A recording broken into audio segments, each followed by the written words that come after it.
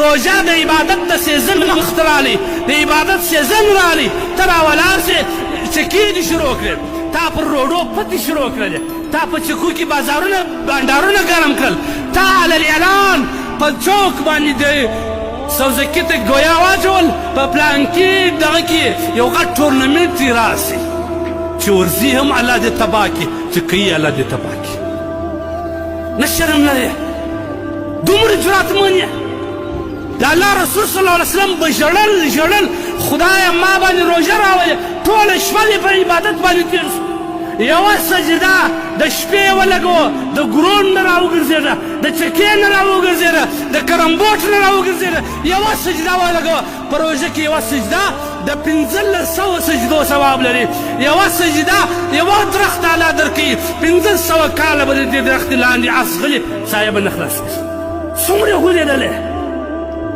په چکو باندې په پتو باندې ما خو تېره جمعه ومویل دا جمعه ما الحمدلله ګډونوال ډېر دي زما د مدرسې پر حدود باندې قسم دې مې په خدای کوم یو ځای چکه ولیدل زما دې په ذاته خدای قسم یې که پر یوه خوا ورسره پرېږدم بیا یې لاس په حکومتو پر ایاتو پر ځوانانو پر ټول عذاب او که نر دې بیا دې وکړي که نه شرم خو ولاړې حیا ولاړه وطن مې په ونې کې دا اوس په رغنداو کې څه حال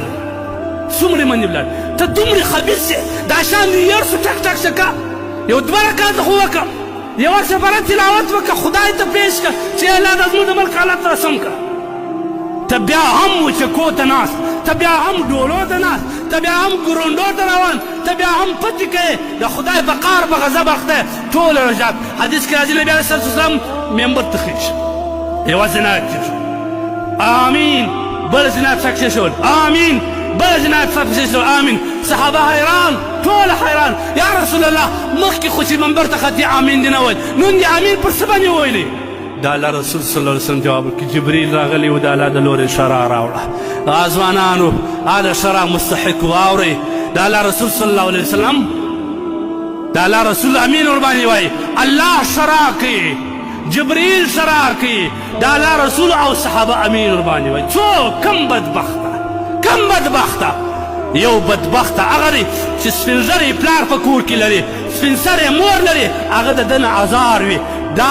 د الله رسول صلی الله علیه وسلم جبرائیل څه وایي هلاکت چې وي دا کس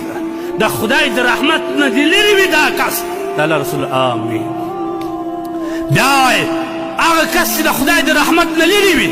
هلاکت چې وي هغه کس لره کوم کس کم بدبخت لره چې د روژې میاشت پر ده راغله د خپل څوک فسق نه پرېښوی فاجري یې نه پرېښول د روژې د میاشت څخه د هغسې ډک د ګناه ووتې هلاکت او تباهي دې وي دا کس موږ تاسو د هغه مثال فرشته د شپې اعلان کوي یا باغي الخیر ای د خیر غوښتنه اقبل راسه دغه د روژې میاشت راغله خیر رالی عبادت رالی نفل یې په فرضو دي فرض یې په اویا مثاله دي د قرآن تلاوت یو ور 10 دقیقې وه 10 چنده 100 دقیقې پر یوه حرف باندې دي باغي الخیر اقبل و یا باغي شر ای ټول کال شر غوښتونکې ای درواغ ویلو والا ای غیبت کولو والا ای بهتان کولو والا ای د مسلمان سره ظلم کولو والا پرېږده اقصر بس که ظلم بس که غیبت بس که چکې بس که د خدای نافرماني بس که فسق دا د فرشته اعلان دی ما او تا ته کوي د خدای لپاره امته د خدای لپاره د زړه د درد درته وایم دا ملک د چکو نه دی دا ملک د پتو نه دی دا ملک د خوشحالۍ نه دی دا به موږ تاسو روژه الله ته په ژړا تېروو ګوندې خدای الله پر موږ رحم راوړي الله تبارک وتعالی دې بهترین روژه راباندې تېره کړي پروردگار عالم دې د خدای قرآن تلاوت د ذکر و اذکار او د ښه زندګي تېرولو کوشش دا کوئ په روژه کې د نورو څه جلاس انډوالان پرېږدي دا پرېږدي بیا به نه غیبت ترسره کېږي نه به بهتان وایي نه به درواغ وایي نه به دوکه کوي ټول جلاس قرآن پیدا کړه ځای دې جوړ کړه مصله پیدا کړه زبردست تلاوتونه کوه ګوره عجبه ښایسته میاشت ده داسې به راووځې داسې به د اختر په ورځ باندې که یوم ولدته امه داسې لکه مور چې نوی پیدا کړي داسې به د ګناهو صاف شي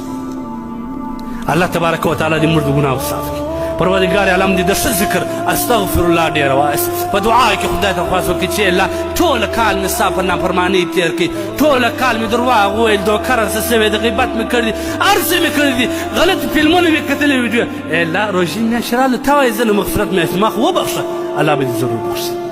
لاس پورته کړه الله تبارک وتعالی دې زموږ ځوانانو ته هدایت وکړي پروردګار عالم دې دا بیان په خپل عاجز دربار کې قبول کړي الله دې د بهترینې روژې توفیق راکړي الله دې داسې روژه پر موږ تېره کړي چې خدای او د خدای رسول ټول رسه خوشحالي اقول قولي هذا واستغفر الله واخر دعوانا الحمد